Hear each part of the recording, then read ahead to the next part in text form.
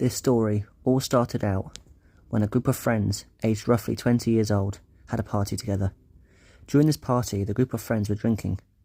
After a while, the group of friends decided they wanted to experiment with an ouija board, also known as a talking board, that they had not long purchased.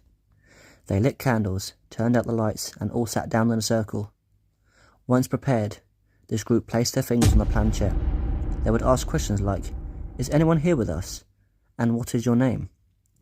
Being skeptical, people in the group thought other party members were moving the planchette. About 20 minutes into the session, the group made contact with a spirit that identified itself as one of the group members' grandmothers. So curious, a group member started to ask questions that only the grandmother would have known. They asked for this spirit to spell the grandmother's name. This group member was named after the grandmother. Moments later, the planchette moved and spelled out the grandmother's name, only it was the wrong spelling. Mildly confused, the group didn't think much of it and continued the session for a further 10 minutes. Minutes later, whilst doing this, one of the group members continued to ask questions to whatever spirit they had contacted. But the planchette starts to move very slowly, going from Z to O, Z to O. This happened a few times, getting faster each time. Seeing this, the group got a little spooked and thought it was someone else in the group, messing around. But they had all denied it was them. Eventually, they said goodbye several times and ended the session. After the session, the group got up and a group member disposed of the board the following day, as they was a little freaked out about what they had experienced.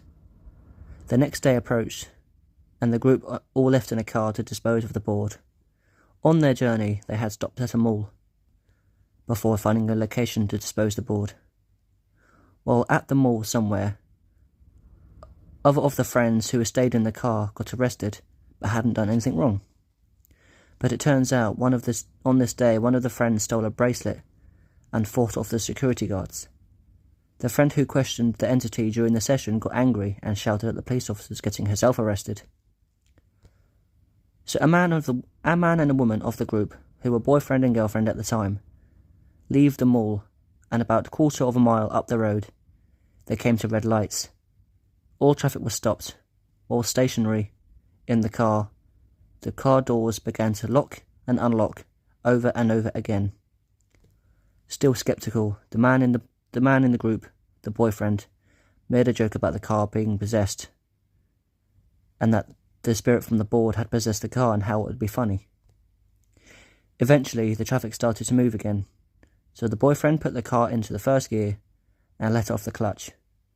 But then, the car lunges forwards, hits the car in front.